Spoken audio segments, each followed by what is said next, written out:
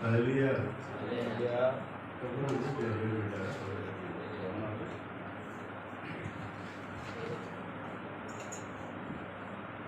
దేవుని వాక్యాన్ని ధ్యానం చేస్తున్నాం. గత సోమవారం నాడు అంటే ఆదివారం నేను మరి నా స్థానంలో దేవునితో ముచ్చటిస్తున్న సందర్భంలో నేను దేవుని దగ్గర విజ్ఞాపన చేస్తూ ఉన్నాను. ఏమని విజ్ఞాపన చేస్తున్నానంటే మరి ఈ దినము అదృశ్యమైనటువంటి ఈ ఆదివారం నాడు అదృశ్యమైనటువంటి ఆ యొక్క పరలోకంలో ఏ విధంగా ప్రార్థన చేయాలి అనేటువంటిది అదృశ్యమైనటువంటి ఆలోచన, దృశ్యమైనటువంటి ఈ లోకంలో నుంచి మనం చేస్తున్న ప్రార్థన అదృశ్యమైనటువంటి ఆలోకంలో ఆ పరలోకంలో మనం ఎలా ప్రార్థన చేయాలి దాని గురించి నేను చెప్పాలని కలుస్తున్నట్టుగా నేను నా మైండ్లో అనుకుంటున్న సందర్భంలో నాకు దేవుని స్వరం వినిపించింది. ఏంటంటే వేషధారణ గురించి ఒకసారి నేను చెప్పాల్సిన అవసరం ఉంటుంది అనేది నాకు స్వరం వినిపించింది. సో దాని మీద నేను ధ్యానం చేస్తూ వేషధారణ అంటే చాలా సింపుల్గా ఎందుచేత అంటే పరలోకంలో చేసేటువంటి ప్రార్థనా విధానం ఒక రకంగా ఉంటుంది. భూలోకంలోనే పరలోకంలో ఉన్నట్టుగా ఊహించుకొని చేసేటువంటి ప్రార్థన ఒక రకంగా ఉంటుంది. భూలోకంలో చేసేటువంటి భూలోక ప్రార్థన ఇంకో రకంగా ఉంటుంది. అంటే ఎందుకు ఈ మాట చెప్పాల్సిందంటే నాతో ఒక స్నేహితుడు ముచ్చటిస్తూ దైవత్వం అంటే ఏంటి ఎట్లా ఉంటుంది. దైవత్వం అనేది భూలోకంలో ఉన్నటువంటి వాటితో పోల్చదగింది. భూలోకంలో మంచి చెడు రెండు ఉంటాయి. మంచివాడిని అంటే చెడ్డవాడిని చెడ్డవాడు అని అంటారు. చెడు పనులు చేయకుండా మంచి పనులు చేసేవాడు మంచివాడు అంటారు. మంచి పనులు చేసిన వాడికి మెడల్స్ ఇస్తారు, పక్కన చూస్తున్నాం పక్కన లేకపోతే ఇంకొక రత్నం ఆ రత్నం ఏ రత్నాలు అన్ని రత్నాలు ఇస్తారు. భూలోకంలో మంచితనానికి పైన ఉండేటువంటిది దైవత్వము. మంచితనాన్ని మించినది దైవత్వము. క్రైస్తవ్యం అంటే మంచితనాన్ని దాటి దైవత్వంలోనికి రావడం క్రైస్తవ్యం. కాబట్టి అది దైవత్వము. ఆ దైవత్వంలోనికి రావడమే క్రైస్తవ్యం నేను చెప్పడం జరిగింది.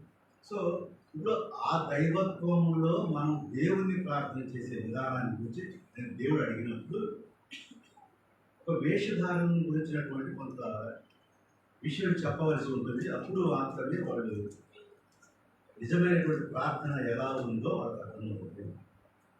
ఓకే, వేషధారణకు వెళ్ళాల్సి వచ్చినప్పుడు ముందుగా మనం ఒక విషయం తెలుసుకోవాలి. మనం గత కొంతకాలంగా దృశ్యమైనటువంటి లోకము అదృశ్యమైనటువంటి లోకం యొక్క వేరియేషన్, భేదాలు, తేడాల గురించి మనం తెలుసుకుంటూ వచ్చాము. దృశ్యమైనటువంటి మనకు కనిపించేవి, అదృశ్యమైనటువంటిది మనకు కనిపించదు. కానీ కనిపించని దానిని పవిత్రంగా విశ్వాసంతో మనం చూస్తున్నాం, దాని నిరీక్షణతో మనం చూస్తున్నాము. దానికి సంబంధించిన నిర్మాణం మనం చేసుకున్నాం. గుర్తుపెట్టుకోండి, అదృశ్యమైనటువంటి జీవితం యొక్క నిర్మాణాన్ని మనం చేసుకుంటున్నాం. అదృశ్యమైనటువంటి అక్కడ మనం ఎలా మన యొక్క జీవితాన్ని నిర్మాణం చేసుకోవాలా, దేవుని మందిరంలో ఎలా ఉండాలి అనేటువంటిది మనం చేసుకుంటాం. దేవుని మందిరం అంటే మీరు ఇంకోటి అనుకోవచ్చు. దేవుని మందిరం అంటే ఇది కాదు. దేవుని మందిరం అంటే ఇది కాదు. నిజముగా నేను నిత్యము దేవుని మందిరంలో నివాసం చేసిన దావీదు గారు ఎందుకు చెప్పాడు అంటే అదృశ్య లోకములో ఉన్నటువంటి గుడారమే దేవుని మందిరం, అదృశ్య లోకంలో ఉన్నటువంటి పరలోకమే దేవుని మందిరం. నేను నిత్యము దేవుని మందిరంలో ఉందును అని అంటే ఏంటంటే నేను నిత్యము కూడాను దేవుని స్తుతిస్తూ ఆరాధిస్తూ ఉండాలి అనేటువంటిది నా కోరిక అని ఆయన చెప్పడం అవుతుంది.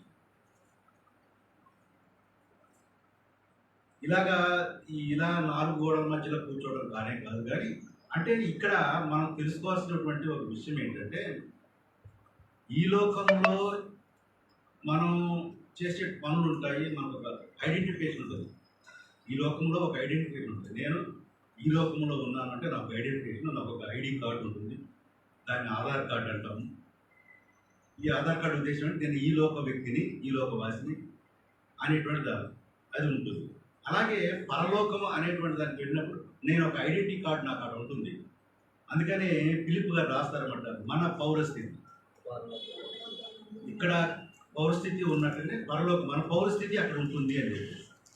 సో మన పౌరస్థితిలోనికి అక్కడికి వెళ్ళినప్పుడేమో అక్కడ ఉన్నటువంటి పౌరునిగా మనం బిహేవ్ చేస్తాం. అంటే పరలోకములో ఉన్నటువంటి పౌరునిగా బిహేవ్ చేసేది ఏ పరిస్థితుల్లో మనం చేస్తాము అని అంటే, మనం గదిలోనికి వెళ్ళి మోకరించినప్పుడు మనము ఈ లోక పౌరునిగా మర్చిపోతాము. జాగ్రత్త కనిపెట్టుకోండి. చాలా క్లియర్గా ఈ విషయంలో క్లియర్గా ఉంటేనే బైబిల్ మనకు బోధపడదు. మనము భూలోకములో ఉన్నప్పుడు భూలోకానికి సంబంధించిన పౌరులం. అదే మనము తలస్నానం చేసుకుని గదిలోకి వెళ్ళి మోకరించినప్పుడు మనం ఒకటి మర్చిపోవాల్సింది, నేను ఈ భూలోక పౌరుని కాదు, నా పౌరసత్వం పరలోకం ఉంది, నేను పరలోక పౌరసత్వం తీసుకొని అక్కడ ట్రావెల్ అయిపోతున్నాను, ట్రాన్స్ఫార్మ్ చెందిపోవాలి. అంటే ప్రార్థన చేస్తున్నాము అని అంటే ట్రాన్స్ఫార్మ్ చెందాలి అనేది మనం అర్థం చేసుకోవాలి దేవునితో. అందుకని ఆయన చాలా క్లియర్గా చెప్తారు, రహస్యమందు చూస్తున్నటువంటి నీ దేవునికి ప్రార్థన చేయాలి అనేటువంటి మాట అక్కడ చెప్పండి. అంటే మనము ప్రార్థన అనేటువంటిది ఎక్కడ పడితే అక్కడ, ఎట్లా పడితే అక్కడ చేసేది ప్రార్థన కాదు. అంటే మనం దేవునితో అక్కడ మాట్లాడేటువంటి పరిస్థితి. అయితే ఈ భూలోకానికి వచ్చినప్పుడు ఈ భూలోకంలో మనకు ఐడెంటిఫికేషన్ ఉంటుంది. మన so and so caste, so and so ఊరు, సో అండ్ సో మండలం, సో అండ్ సో జిల్లా, భూమి మీద ఈ ఏరియాలో ఉంటాం. ఆంధ్రుడు అయితే ఆంధ్రుడు, తెలంగాణ వాడు తెలంగాణ, అమెరికన్ అయితే అమెరికన్, ఆస్ట్రేలియన్ అయితే ఆస్ట్రేలియన్. ఇట్లా రకరకాల ఐడెంటిఫికేషన్స్ ఉంటాయి భూలోకంలో. బట్ పరలోకంలోకి వెళ్ళినాక, అంటే అదృశ్య లోకంలోనికి మనం అక్కడికి వెళ్ళినాక ఎప్పుడో వెళ్దాం, ఇవాళ వెళ్ళొచ్చు, ఇప్పుడు వెళ్ళొచ్చు. మనం ఇప్పుడు ప్రస్తుతం పరలోకంలోకి లో ఉంటున్నాము. పరలోకం యొక్క వాక్యాన్ని మనం వింటాం, పరలోకం నుంచే వాక్యాన్ని మీరు వింటున్నాం. అంటే ఇప్పుడు మనం పరలోక స్థితిలో ఉన్నాము. ఈ భూలోకానికి సంబంధించిన మన డిస్క్రిమినేషన్ ఏది పరలోకంలో ఉండదు. మన పరలోకంలో ఉండేది ఒకే ఒక డిస్క్రిమినేషన్ ఏంటంటే, మనకు పరలోకంలో ఉండేటువంటి ఒకే ఒక ఐడెంటిఫికేషన్ ఏంటంటే పవిత్రుడు, పరిశుద్ధుడు. అదొకటే ఐడెంటిఫికేషన్. ఎవరైతే పవిత్రులుగా ఉన్నారో వాళ్ళు పరలోక రాజ్యానికి గారు, వారికి ఆ పౌరసత్వం అక్కడ ఉంటుంది. మనం వాక్యం విన్నా కానీ మనకు అర్థమవుతుంది, పరలోకంలో ఉన్నటువంటి వాక్యం అర్థమవుతుంది. అదే భూలోకంలో ఉండే పరలోక వాక్యాన్ని అర్థం చేసుకోవాలంటే మనం అర్థం చేసుకుని, ఏమో ఈరోజు మనకేం అర్థం కాలేదు. ఇప్పుడు వేషధారణ అనేటువంటి విషయానికి వద్దాం. వేషధారణ ఆ పదం యొక్క అర్థం చెప్పండి నాకు. వేషధారణ కాదు, ఈ లోకంలో వేషధారణ గురించి చెప్పండి. సరే, అదే పెళ్లి చూపులు పోయినప్పుడు మనకు ఎంత మోసం చేస్తారు. అది వేషధారణే కదా. ఒరిజినాలిటీ మనం చూపిస్తారా? ఒరిజినల్ మనం చూడం కదా. అంటే శుభ్రంగా ఒక అర్ధగంట, ఒక అరచేది మందు, రెండు ఇంచులు మనతో కొంత పౌడర్ వేసుకొని, లిప్స్టిక్లు పూసుకొని ఏదో మోసం చేయాలి కదా. నల్లటవాడిని ఎర్రగా చూపించో సంథింగ్. ఇది అంటే దాన్ని కూడా వేషధారణ అంటారు. సరే, ఇప్పుడు స్టేజీ మీద డ్రామా వేయాలంటే ఆ వ్యక్తి ఆ వేషం వేయాలి, వేరే వ్యక్తిలాగా వేషం వేయాలి. ఇప్పుడు అక్కడ ఒక వ్యక్తి సత్యహరిచంద్రులాగా నటించాలంతే, దాన్ని నటనం అంటారు. అంటే అప్పుడు కూడా అతను ఏం చేయాలా, వేషం మార్చాలి, వేరొక వ్యక్తి వేయాలి, వేరొక వేషం వేయాలి. భూలోకంలో తిరుగుతున్నటువంటి మనందరం కూడా భూలోకంలో ఉన్నవన్నీ కూడా మనకు ఉంటాయి. కానీ దేవుని మందిరానికి వచ్చేటప్పుడు మాత్రం ఏ వేషం వేసుకుని వస్తాం? ఇది ఒకటి దీన్ని వేషధారణ అంటారు. అంటే భూలోకంలో అంటే ఇహలోకానికి సంబంధించిన అన్ని యాక్టివిటీస్ మనకు ఉంటాయి. మంచి యాక్టివిటీస్ అయితే దేవుని మందిరానికి వస్తే అభ్యంతరం లేదు. చెడు యాక్టివిటీస్ అన్నీ ఉండి మందిరంలోకి వచ్చినప్పుడు మాత్రమే మంచివాడిగా ఉండేటువంటి విధానాన్ని ఏమంటాము? వేషధారణ. దాన్ని హిపోక్రసీ. ఇప్పుడు ఈ వేషధారణ విషయంలో దేవుడు చాలా తీవ్రంగా పరిగణిస్తాడు. నేను వేశ్యనైనా సరే సహిస్తాను కానీ ఆ? ఆ విషయంలో దేవుడు ఎంత సెన్సిటివ్గా ఫీల్ అవుతాడో మీరు ఆలోచించండి. వేషధారుల విషయంలో అది చాలా సెన్సిటివ్నెస్, చాలా ఫీల్ అవుతారు. సో మనము ఇక్కడ కూర్చొని ఉన్నాము అని అంటే అదృశ్యమైనటువంటి ఆ లోకము, ఆ పరలోకానికి సంబంధించినటువంటి మాటలు, పరలోకపు ఫీలింగు మనలో ఉంటున్నప్పుడు మాత్రమే మనం దేవుని వాక్యానికి అందుకోగలుగుతాం. ఒకవేళ పరలోక సంబంధమైనటువంటి దేవుని వాక్యం నీ దగ్గరగా రాలేదు అని అంటే, అర్థం కావట్లేదు అని అంటే, నువ్వు వేటికి ఎక్కువగా ఇష్టం చూపిస్తావు అని అంటే పిట్ట కథలకి, లేనిపోయిన అద్భుతాలకి, వాటికి నువ్వు ఎక్కువ ఇంట్రెస్ట్ చూపిస్తావని మనం అర్థం చేసుకోవాలి. దేవుని వాక్యమును ఇప్పుడు ఇందాక ఒక మాట రాయబడి ఉన్నది ఏంటంటే, మన డాక్టర్ గారు చెప్పారు, పాటలు అనేవి ఏమి చెప్పాలంటాడు? పాటలు అనేవి దేవుని కట్టడంలో చెప్పాలి. పాటలు అనేవి జాగ్రత్తగా గమనించండి. అప్పట్లో పాటలు రాయటం అంటే ఏంటంటే దేవుని యొక్క కట్టడలను పాటల రూపంలో వ్యక్తం చేయడం అనేటువంటిది పాటలు రాయడం. అందుకు బైబిల్ గ్రంథంలో చాలా క్లియర్గా చెప్పినటువంటి మాట. బైబిల్ గ్రంథంలో ఇప్పుడు పాటలు ఎట్లా ఉన్నాయి? మధ్య టీవీలో ఒక వీడియోలో చూశాను. ఆమె ఏదో ఏదో ఏదో కొత్త పాట, సినిమా పాటని దీనికి ప్యారడీ కట్టి పాటలు పాడటం నేను చూశాను. అంటే దేవుని పాటలు రాయటం అనేటువంటిది కూడా అంత ఆశ మీద మన పైత్యాన్ని రాయిస్తున్నాం, కానీ దేవుని యొక్క వాస్తవాన్ని మనం రాయట్లేదు. దేవుని పాటలు రాయటం అంటే దేవుని కట్టడలను మనం ఏం చేయాలా? వ్యక్తం చేయాలి. అంటే పరలోక రాజ్యానికి సంబంధించినటువంటి క్లారిఫికేషన్ మనకు లేకపోతే మనలో చాలా వేషధారణ కనిపిస్తుంది. ఈ లోకంలో ఉన్న ఇందులో ఏది తప్పు కాదు. ఈ లోకంలో నేను ఉద్యోగం చేయొచ్చు, నేను పలానా పద్ధతిలో నాకు ఉద్యోగం సంపాదించవచ్చు, ఇంకో పద్ధతిలో ఉద్యోగం డబ్బులు సంపాదించుకోవచ్చు, నేను ఇంకో రకంగా ఉద్యోగం నేను చేయొచ్చు. దానివల్ల నేను ఈ లోకంలో నాకు వచ్చేటువంటి నష్టం లేదు. ఈ లోకంలో ఇది చేయడం ద్వారా పరలోకానికి ఏ సంబంధం లేదు. పరలోకంలో ఉన్నప్పుడు పరలోకం యొక్క రుచిని చూసిన తర్వాత పరలోకం యొక్క సిద్ధాంతం, పద్ధతి అంటే పరలోక పద్ధతి నీలో ఉందంటే నీ మనసులో ఏమున్నట్లు? పరలోకమే ఉన్నట్లు, అదృశ్య దేవుని యొక్క లోకమే ఉన్నట్లు. ఈ లోకములో ఉంటున్నప్పుడు ఈ లోకము యొక్క పరలోకం యొక్క మంచి పద్ధతులని భూలోకములో అనుసరించాలి అని అర్థం. అంటే ఏంటి అని అంటే, ఎక్కడైతే మనం చెడు ఉన్నదో మనం ఏం చేయాలి? ఆ చెడుకి దూరంగా వెళ్ళాలి. అది బైబిల్ అన్న చెప్తుంది. భూలోకంలో ఎక్కడైతే చెడు ఉంటుందో, అందుకనే కీర్తనాందంలో మొదటి అధ్యాయంలో రాయబడి ఉంటాయి, దుష్టుల ఆలోచన చొప్పున నడువుట. అంటే ఈ లోకంలో నీవు ఉంటావు, నీతో పాటు దుష్టులు కూడా ఉంటారు. మంచివాడు చెప్పే ఆలోచన నడవనే కదా అని అర్థం. ఇప్పుడు మంచివాడు ఆలోచన ఫాలో అనే కదా అర్థం. దుష్టుల ఆలోచన చొప్పున నడవద్దు అని అంటే దుష్టుల ఆలోచన జోలికే వెళ్ళకూడదు అని. మంచివాడు చెప్పింది తప్పేం కాదు కదా, మంచి చెప్తున్నారు అనేటువంటిది మనం ఆలోచన చేయాలి. అంటే పరలోకము యొక్క ఆలోచన కలిగినటువంటి మనము భూలోకములో జీవించేటప్పుడు పరలోకపు దేవుని యొక్క ఆలోచన చిత్తాన్ని నెరవేర్చే విధంగా మనం జీవించాలి. ఇది మనం నేర్చుకోవాలి. దీన్ని నేర్చుకోవడం కోసం మనం ఏం చేస్తామంటే, ప్రతిరోజు దేవుని సన్నిధానానికి వెళ్ళి దేవునితో మాట్లాడి మంచి చెడులు అన్నీ కూడా ముచ్చటించుకుంటాం. దేవునితో ప్రతిరోజు మాట్లాడటం అంటే అలా మాట్లాడినప్పుడు మాత్రమే మనకు వాస్తవాలు ఏంటో తెలుస్తుంది. ఇప్పుడు ఈ వేషధారణ అనేటువంటి విషయానికి వచ్చినప్పుడు దేవుడు ఎలాంటి విషయాల్లో ఏమేమి ఎవరు వేషధారులు ఏంటి అనేటువంటి విషయాలు మనకు చూద్దాం. మత్తయి సువార్త 23వ అధ్యాయం 27-28 వచనాలు చూస్తే అయ్యో వేషధారులైన శాస్త్రులారా, పరిసయ్యులారా, మీరు సున్నము కొట్టిన సమాధులను పోలి ఉన్నారు. అవి వెలుపల శృంగారముగా అగుపడును గాని లోపల చచ్చిన వారి ఎముకలతోనూ సమస్త కల్మషములతో నిండి ఉన్నవి. ఇది ఒకటి గుర్తుపెట్టుకోండి. ఆయన ఈ వేషధారణ గురించి చాలా పొడుపులు, చాలా పొడుపు కథలు చెప్పాడు ఆయన, యేసు ప్రభువు. ఆయన వేషధారణ గురించి ఏమన్నారు అని అంటే, ఏమన్నారు? మీరు సున్నము కొట్టిన సమాధులు అన్నాడు వేసినారు. దాని అర్థం ఏంటి? పైకి ఏమో శృంగారించుకుంటారు, లోపల మాత్రం ఏముంటుంది? లోపల మాత్రం చెడు ఉంటుంది. అంటే ఎముకల వాసన, కుళ్ళు వాసన అన్నమాట.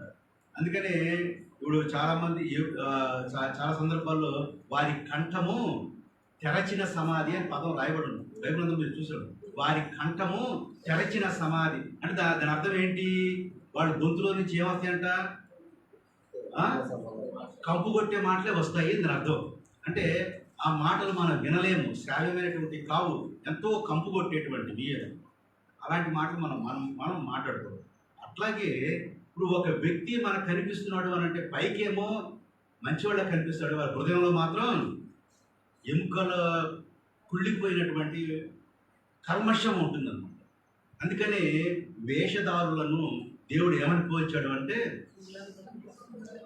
సున్నము కొట్టినటువంటి సమాధులతోటి వేషధారు. అసలు ఈ 23వ అధ్యాయంలో ప్రతి ఒక్క స్టాంజాన్ని మనం ఆలోచన చేస్తే ఒక్కొక్కటి ఒక్కొక్క రకమైన ఉదాహరణ, ఒక్కొక్క ఏమంటారు పొడుపు కథ చెప్పారు.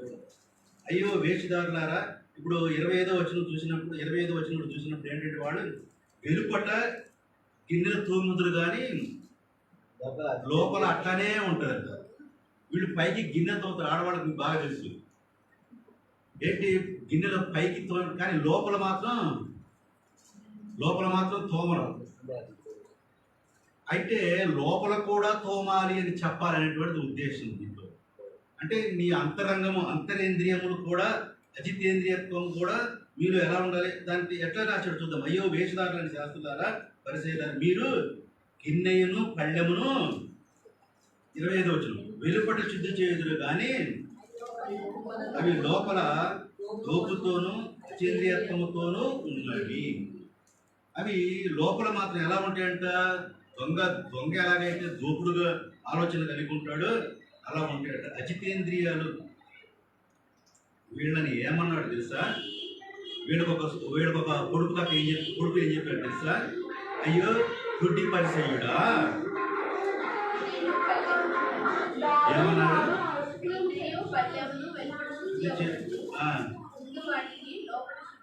లోపల శుద్ధి చేయమని చెప్పారు. పైన 23వ వచనంలో ఇంకొక వాళ్ళ మీద ఇంకొక పొడుపు వేశారు దేవుడు. ఏం చూడండి. వేషధారులని శాస్త్రులారా, పరిసయ్యులారా, సోపులను జీలకర్ర చెల్లించి ధర్మశాస్త్రంలో ప్రధానమైన విషయములను అనగా న్యాయమును, కనికరమును, విశ్వాసమును విడిచిపెట్టింది. వాటిని మానక వీటిని చేయవలసి ఉండెను. ఇప్పుడు మీరు ఏం చేస్తున్నారట? పుదీనాలో వాటిలో దశభాగాలు ఇస్తున్నారు, కానీ ఏం చేయట్లేదు అన్నారు? న్యాయాన్ని, ధర్మాన్ని, కనికరాన్ని చేయటం లేదు అన్నాడు. అంటే ఈ రెండింటిలో ఏది ముఖ్యం దేవునికి? దశభాగాలు ముఖ్యమా, న్యాయ కనికరాలు ముఖ్యమా? అవి ముఖ్యం. కానీ ఇప్పుడు టీచింగ్ ఎలా ఉంటుందంటే వీటిని చేస్తూ వాటిని చేయండి, వాటిని చేస్తూ వీటిని చేయండి. అంటే ఇవి ఎట్లాగో చేస్తారు, విశ్వాసం ఎలాగో ఉన్నది కాబట్టి దశభాగాలు మాత్రం ముందు మాకు ఇవ్వండి అనేటువంటి, వీటిని కూడా చేయండి అనేటువంటి ఉదాహరణ తీసుకొస్తూ మనకి కొన్ని వస్తూ ఉంటాయి. కానీ యేసు ప్రభు వారు చెప్పిన ఉద్దేశం ఏంటంటే దశభాగాలు ఇవ్వటమే గొప్ప కాదు, న్యాయము, నీతిని, కనికరాన్ని కూడా మీరు ఇవ్వండి అని చెప్పేసి ఆ వేషధారుల విషయంలో చెప్తున్నారు. ఇలాగ చూసుకుంటే చూడండి 22వ వచనంలో కూడా చూడండి ఏమంటే ఒక పొడుపుగా చెప్పాడు ఆయన. దేవుని సింహాసనము తోడని దానిపైన కూర్చున్న వాడిని తోడని ఒట్టు పెట్టుకుంటారు అని చెప్తూ ఉన్నారు. 23వ వచనంలో ఇలాంటి 23వ వచనంలో అందులైన మార్గదర్శకులారు, అంటే ఈ సోపు, పుదీనా ఇలాంటి వాటిని ఇచ్చేటువంటి ఒక పొడుపు చెప్తున్నారు. ఏంటంట? దోమ లేకున్నట్టు వడియగట్టి. ఇది మనకు అర్థం కాదు కదా ఈ పొడుపు ఏంటి అనేది. ఒకటే ఒక మాట మన భారతీయ సూత్రంలో ఏం చెప్తారంటే గుడి లింగాన్ని మింగటం అంటారు కదా, అలాంటి వాడు మీరు అని చెప్పేసి చెప్పడం. అంటే ఇక్కడ దాని అర్థం ఏంటంటే దోమలు రాకుండా ఏం చేస్తారంట? దోమతెర కట్టుకొని లోపల ఏం చేస్తారంట? ఒంటెలు తప్పుకొని తింటారు. దోమ ఎంత, ఒంటె ఎంత. అంటే అలాంటి వాళ్ళు ఈ వేషధారులు. అంటే పైకి మాత్రం వాము దోమ వస్తున్నాయని చెప్పేసి దోమతెర కడతారట, కట్టలు అవన్నీ చూపిస్తారట.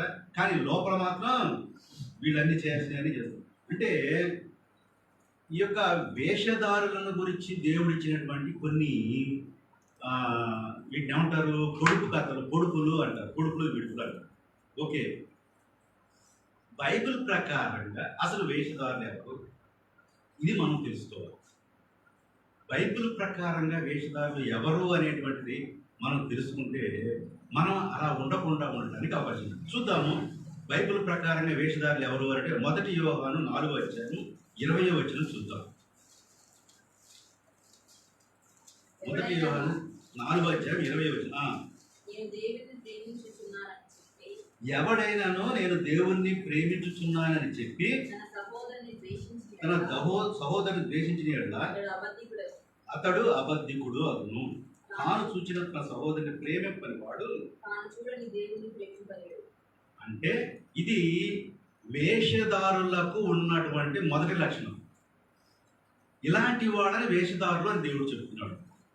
ఏమంట ఏమంట ఏమంట ఎవడైనాను నేను దేవునిని ప్రేమించుచున్నాను అని చెప్పి సహోదరుని ద్వేషించేవాడు అని.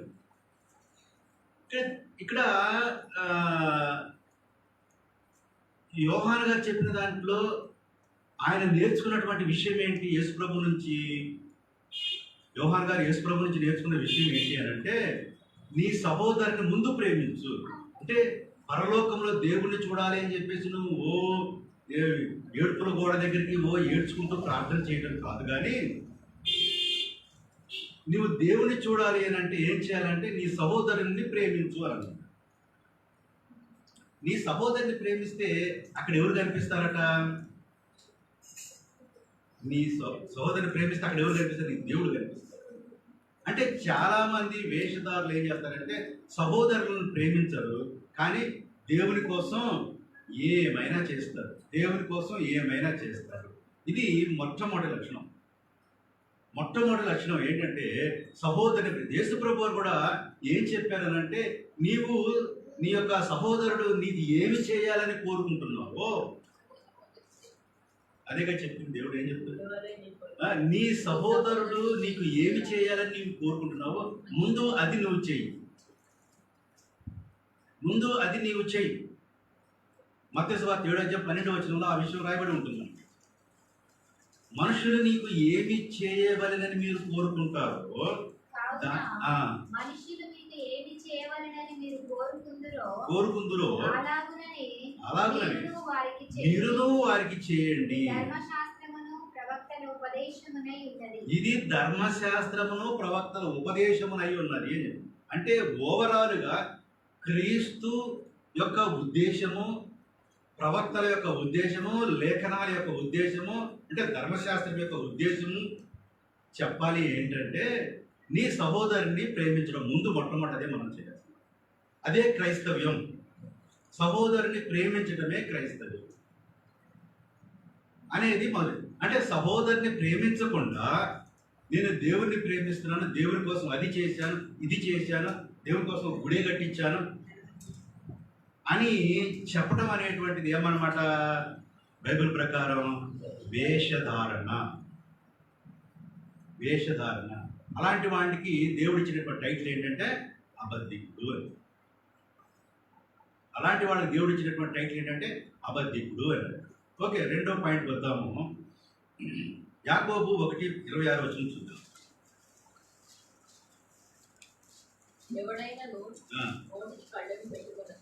ఎవడైనాను నోటికి కళ్ళెము పెట్టుకొనక తన హృదయమును మోసపరచుకొనుచు భక్తి గలవాడనని అనుకొనిన ఎడల వీడు కూడా ఈ లక్షణం కూడా ఏంటి అనంటే వేషధారుల యొక్క లక్షణం. ఏమంట?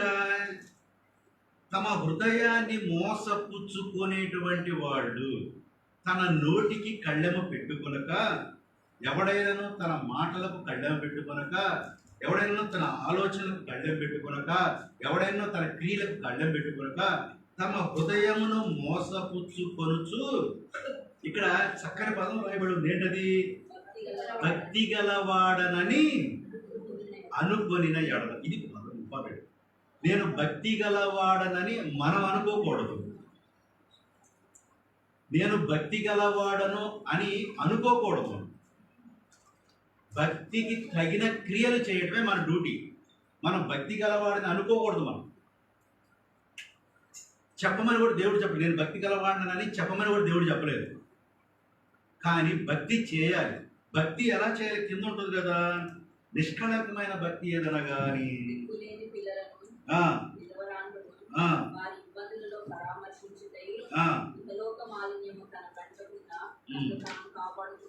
ఇవి 2 లక్షణాలు ఉండటమే భక్తి అని రాయబడి ఉంది.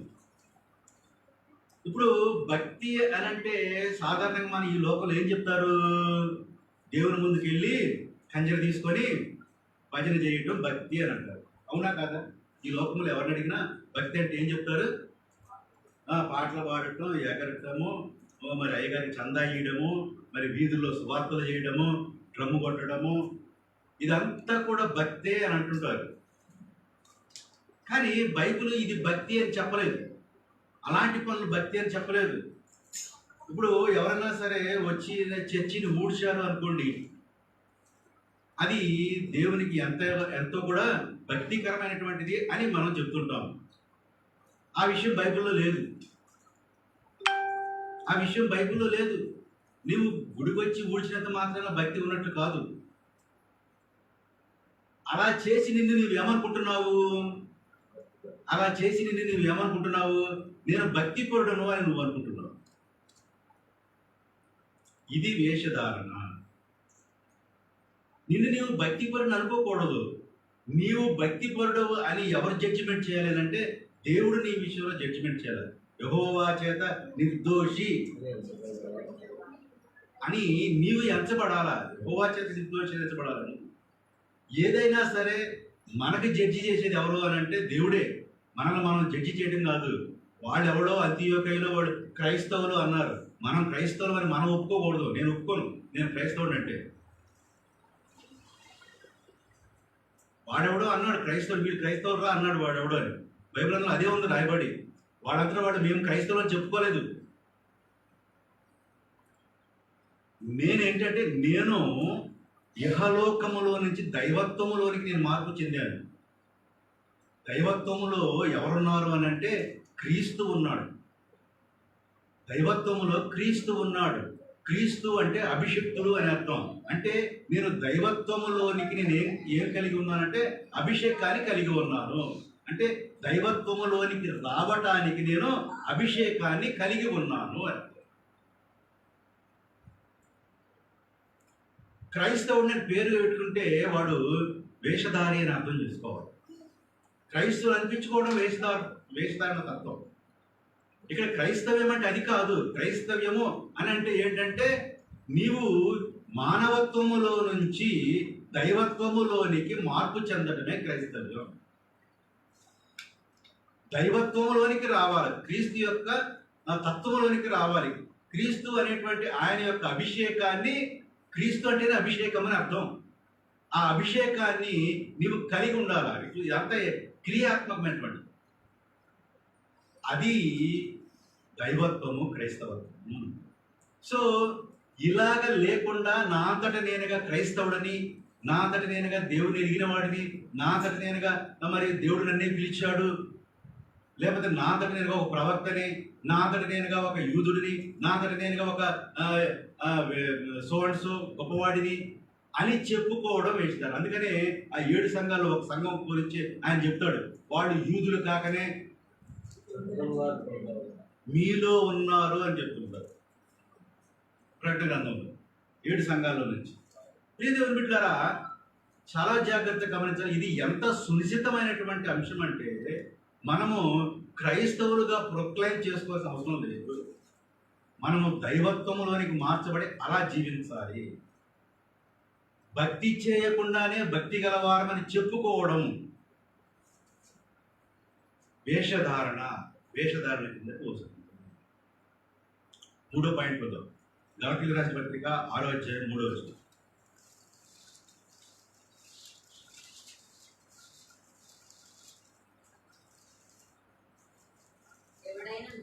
ఎవడైనాను జాగ్రత్తగా ఈ పాయింట్ టు పాయింట్, ఎవడైనాను వట్టివాడై ఉండి తాను ఎన్నికైన వాడనని ఎంచుకుని ఎడల తన్ను తానే మోసపుచ్చుకొనును. తర్వాత ప్రతివాడు తాను చేయు పనిని పరీక్షించి చూచుకొనవలెను. అప్పుడు ఇతరులను బట్టి కాక తనను బట్టియే తనకు అతిశయం కలుగును. ప్రియమైన దేవుని బిడ్డలారా, ఏమని రాయబడింది? ఎవడైనను వట్టివాడై ఉండి తన్ను తాను ఎన్నికైన వాడనని ఎంచుకుని ఎడలా. ఎంత ఘోరం జరుగుతుందండి, ఎంత ఘోరం జరుగుతుందండి. వట్టివాడై ఉండి నేను ఎన్నిక చేయబడ్డాను, దేవుడు నన్ను ఎన్నుకున్నాడు అని ఎలా చెప్పగలుగుతున్నాడు? ప్రశంసాపత్రం ఏమైనా వచ్చిందా? హౌ, ఎలా చెప్పగలుగుతున్నావు దేవుడు నన్ను ఎన్నుకున్నాడని? వట్టివాడై ఉండి దేవుడు నన్ను ఎన్నుకున్నాడు అని చెప్పేవాడు, వానికి తెలుసు ఆ విషయం, వాని మనస్సాక్షికి తెలుసు ఆ విషయం. నన్ను ఎవరో ఎన్నుకోలేదు, తిండి తిప్పలేక బయటకు వచ్చాను, ఇంట్లో వాడు తిడతంటే వచ్చాను, అయ్యగారి దగ్గరికి వెళ్తే నాకు అభిషేకం ఇచ్చి పంపించాడు పెద్దయ్య గారు. ఇదంతా కూడా వేషధారణ. జాగ్రత్త కనిపెట్టాలి మనం. ఇవన్నీ చెప్తే చాలా కోపం వస్తుంది కొంతమంది. బట్ వాస్తవంలోనికి మనం గమనించాలి. బైబుల్ లోతుల్లోనికి మనం వెళ్తే ఈ మాట ఎందుకు రాయి? ఎవడైనా ఒట్టివాడై ఉండి, అంటే ఒట్టివారై తను తానే పిలువబడిన వాడను, ఎన్నిక చేయబడ్డవాడని అనుకునేవాడు చాలా మంది ఉంటారు అని బైబిల్ గ్రంథంలో ఆ మాట రాయబడి ఉన్నదని మనం అర్థం చేసుకోవాలి. లేకపోతే ఈ మాట ఎందుకు రాస్తారు బైబిల్ గ్రంథంలో? రాయాల్సిన అవసరం లేదు కదా.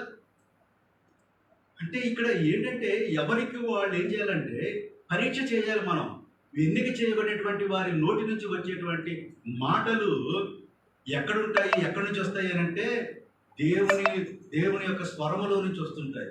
ఎన్నిక చేయబడినటువంటి మాటలు దేవుని స్వరములో నుంచి వస్తుంటాయి. ఈ ఎన్నిక చేయబడినటువంటి వాడు ప్రత్యేకించి మెడలో బోర్డులు పెట్టుకుని తిరగాల్సిన అవసరమే లేదు. చాలా సందర్భాల్లో మీరు స్టేజ్ మీద వచ్చి దిగండి, స్టేజ్ మీదకి నన్ను ఆహ్వానం చేసి ఇక్కడ పాస్టర్లే ఉండాలి, మీరు కింద దిగండి అన్న సందర్భాలు చాలా ఉన్నాయి. నాకు సంతోషమే, వాటికి నేనేం ఫీల్ అవ్వట్లేదు. కానీ ఇక్కడ అది నాకు కొన్ని మంచి పాఠం చెప్పింది. ఎందుకు ఇలాగా వీళ్ళు అన్నారు, నేను దాని గురించి పరిశోధన చేయాలి. నేను బైబిల్ని చాలా పరిశోధన చేశాను. అంటే ఇలాంటి వాడు చాలా మంది ఉంటారు. ఎన్నిక కాకపోయాడు అంటే నేను అనుకున్నాను ఆ సమయంలో నేను ఎన్నిక కాలేదేమో అనుకున్నాను. బైబిల్ గ్రంథంలోకి వచ్చిన తర్వాత ఎన్నిక కాబడిన వాడి యొక్క లక్షణాలు ఏంటి, ఎన్నిక కాబడని వాడి యొక్క లక్షణాలు ఏంటో నాకు చాలా స్పష్టంగా చాలా దొరికినా. మళ్ళీ సమయం వచ్చినప్పుడు మీకు అవి కూడా చెప్తాను. చెప్పాల్సిన అవసరం కూడా నాకు ఉంది, చెప్తాను కూడా. ప్రస్తుతం వేషధారణ అనేటువంటి విషయం నేను చెప్తున్నాను కాబట్టి అంత దూరం వెళ్ళలేదు, చాలా లోతుగా ఉంటాయి. ఎవరు ఎన్నిక చేయబడ్డారు వారి మాటలు ఎలా ఉంటాయి, ఎవరు ఎన్నిక చేయబడలేదు వారి మాటలు ఎలా ఉంటాయి, ఎవరు ఎన్నిక చేయబడ్డారు వారి యాక్టివిటీస్ ఎలా ఉంటాయి, ఎవరు ఎన్నిక చేయబడలేదు వాళ్ళ యాక్టివిటీస్ ఎలా ఉంటాయి, ఎవరు ఎన్నిక చేయబడ్డ వాళ్ళు ఎలాంటి కార్యాలు చేయగలుగుతారు, ఎన్నిక చేయబడినటువంటి వాళ్ళు ఎలాంటి కార్యాలు చేయగలుగుతారు, ఇవన్నీ కూడా దీంట్లో నేను చాలా స్పష్టంగా అర్థం చేసుకున్నాను. చెప్తాను మీకు తర్వాత. వేషధారులు అనేటువంటి వాళ్ళు కొంతమంది ఏమనుకుంటారంటే ఎన్నిక చేయబడకపోయినా తనంతట తానుగానే దేవుడు నన్ను పిలుచుకున్నాడు అమ్మా సేవకి, అందుకనే వచ్చానండి, దేవుడు నన్ను మీ ఇంటికి వెళ్ళమన్నాడమ్మా, అందుకే వచ్చానమ్మా, దేవుడు నీతో మాట్లాడుతున్నాడు, నీతో విషయం చెప్పమన్నాడమ్మా, ఏంటంటే మీ పేరుతో ఒక చర్చి కట్టమన్నాడమ్మా ఇక్కడ. ఇలాంటివన్నీ చెప్పడం అనేటువంటిది దేవుని స్వరము అలాంటి చెప్పదు. దేవుని స్వరం ఒకటే చెప్తుంది, ఏంటంటే దేవుని చిత్తం ఏదో అది భూలోకంలో నెరవేర్చబడాలి. దేవుని చిత్తం ఏది అని అంటే పవిత్రులుగా ఉంటుంది. కష్టంలో మనకు రాయబడి ఆయన చిత్తం ఏమిటి అనేటువంటిది. ఒక ఉదాహరణ చూసుకుందామా? 4 మొదటి దశలో 4వ అధ్యాయము 3వ వచనం చూస్తే మీరు పరిశుద్ధులగుటకే మీరు పరిశుద్ధులగుటయే అనగా మీరు జాగ్రత్తమున దూరముగా ఉండుటయే దేవుని చిత్తం. ఇంకా చదవండి.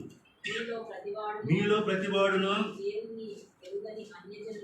అన్యజనుల వలె కామాభిలాష యందు కాక